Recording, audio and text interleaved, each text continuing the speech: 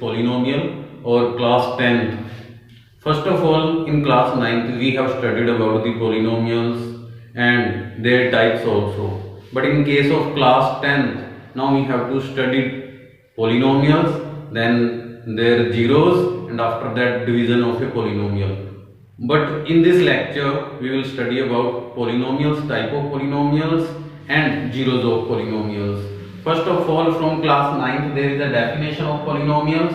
Polynomials in an algebraic expression, if the exponent means power, if the exponent of a variable is a whole number, then the algebraic expression is a polynomial. यहाँ पे मैं कुछ terms को underline कर रहा हूँ. Number 1, algebraic expression का meaning क्या होता है. देन वेरिएबल आपको पता होना चाहिए, होल नंबर आपको पता होने चाहिए. अगर आप सब सारे टर्म्स के बारे में आपको पता है, then it is easy to identify a polynomial. तो first of all algebraic expression का मीनिंग क्या है, जिसमें वेरिएबल और कांस्टेंट आपस में कनेक्टेड हो, नेगेटिव, पॉजिटिव, एडिशन या सब्सट्रैक्शन. एडिशन, सब्सट्रैक्शन, मल्टीप्लिकेशन और डिवीजन को चारों में से कोई भी साइन से ये कांस्टेंट और वेरिएबल कनेक्टेड हो तो उसको अलजेब्रिक एक्सप्रेशन कहते हैं. बट यहाँ पे वेरिएबल आपको क्लियर होना चाहिए. वेरिएबल क्या है, कैसी क्वांटिटी जिसकी value question to question vary करती रहती है. किसी क्वेश्चन में x की वैल्यू कैलकुलेट करते हैं तो 2 आती है, किसी में 3 आती है और किसी में 10 आती है. यानी x की value question to question vary करती है, फिक्स नहीं है, तो that's why it is a variable. अब होल नंबर आपको पता है पॉजिटिव इंटीजर्स के अंदर अगर हम जीरो को ऐड कर दें तो वो होल नंबर बन जाते हैं. यानी हमारी जो पावर है वेरिएबल की, अब इसको क्लियर करते हैं. If the power of variable is a whole number. अब इसका मीनिंग क्या हुआ, हमने वेरिएबल्स देखने हैं. अलजेब्रिक एक्सप्रेशन के अंदर जितने भी वेरिएबल्स हैं उनकी पावर चेकआउट करनी है. पावर जीरो और पॉजिटिव इंटीजर्स में से होनी चाहिए. अगर ऐसा है तो दैट इज अ पॉलिनोमियल. तो एग्जांपल्स के तौर पर मैं लिखता हूं x² + 4x + 5. तो here what is a variable, variable is a x और x की पावर 2, यहाँ पे x की power 1. All powers of variable are whole number, it is a polynomial. और एग्जांपल सीखते हैं. x⁵ + 4x 4, 9x³ 7x², 5x + 10. यहाँ पे वेरिएबल जो है दैट इज x और x की जितनी भी पावर्स हैं, यहाँ पे पावर 1 है, 2 है, 3 है, 4 है और 5 है. सारी की सारी पावर्स जो हैं वो होल नंबर्स हैं. It is also a polynomial. तो मैं स्टैंडर्ड फॉर्म में लिखता हूं पॉलिनोमियल्स. x⁴ n, यहाँ पे 0 से डिनोट करते हैं, plus a1 x⁴ n-1, a2 x⁴ n-2, a3 x⁴ n-3 और एंड तक चलते रहेंगे. an x⁴ 0 क्यों आया, पहले n पावर थी, फिर 1 लेस किया, फिर 2 लेस किया, ऐसे लेस करते चले जाएंगे तो 1 time that will become a 0. और x⁴ 0 is also a whole number.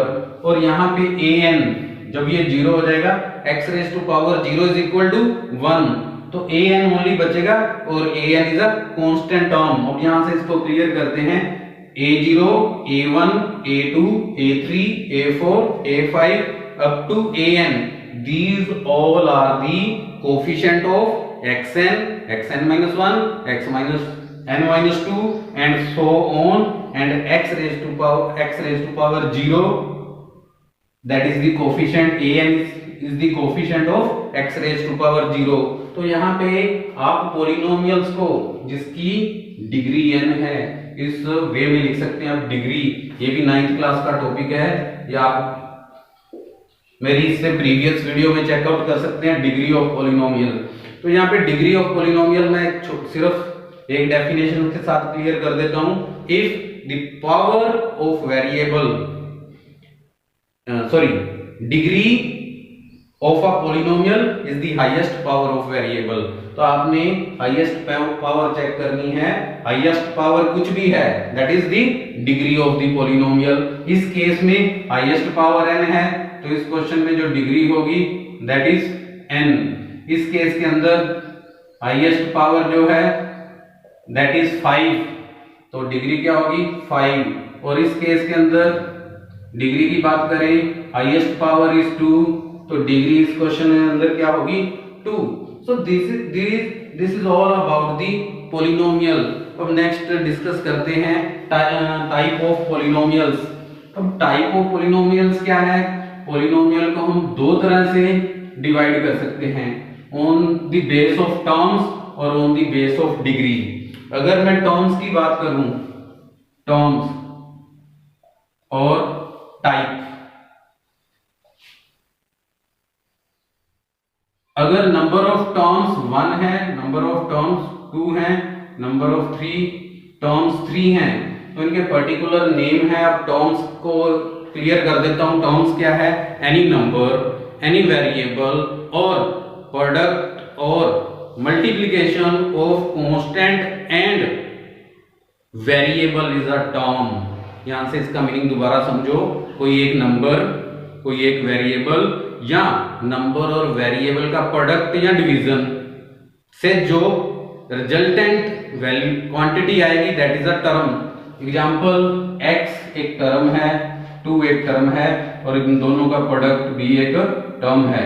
A number, a constant और a product of number and constant, division of A number and constant is a term. तो number of terms, अगर term 1 है तो that is a monomial, अगर number of terms 2 हैं तो that is binomial, और अगर नंबर ऑफ टर्म्स 3 हैं that is a trinomial.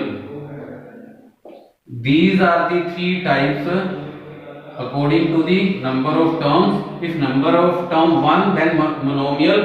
And example of monomial, in case of example monomial only one term, x, 5x, x raised to power 100 and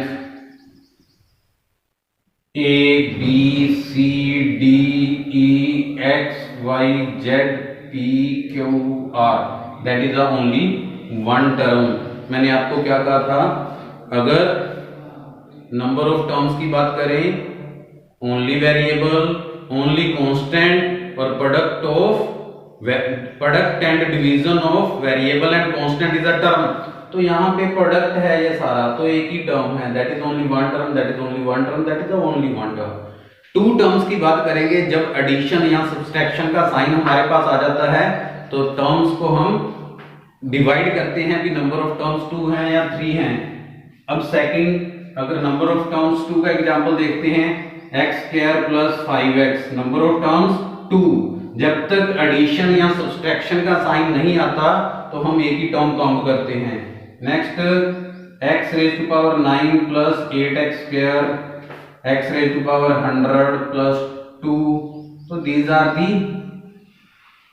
examples of binomial। और in case of trinomial there are 3 terms, x³ + 9x + 1, 5x² 3x + 1।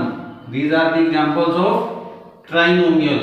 according to this, if number of term 1 monomial, number of 2 terms are 2, then binomial।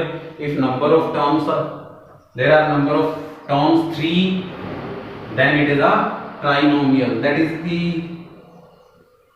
type of polynomials। now the type of polynomials on the basis of the degree। अगर degree की बात करें, अगर degree 1 है, degree 2 है, degree 3 है या degree 4 है। अगर डिग्री 1 है तो टाइप ऑफ पॉलिनोमियल्स, टाइप यहाँ पे name,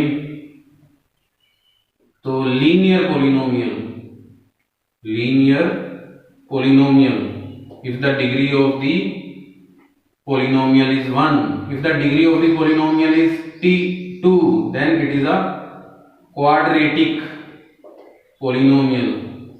if the degree of the polynomial is 3, then it is a cubic polynomial. Cubic polynomial. If degree of the polynomial is 4, then it is a quadratic polynomial.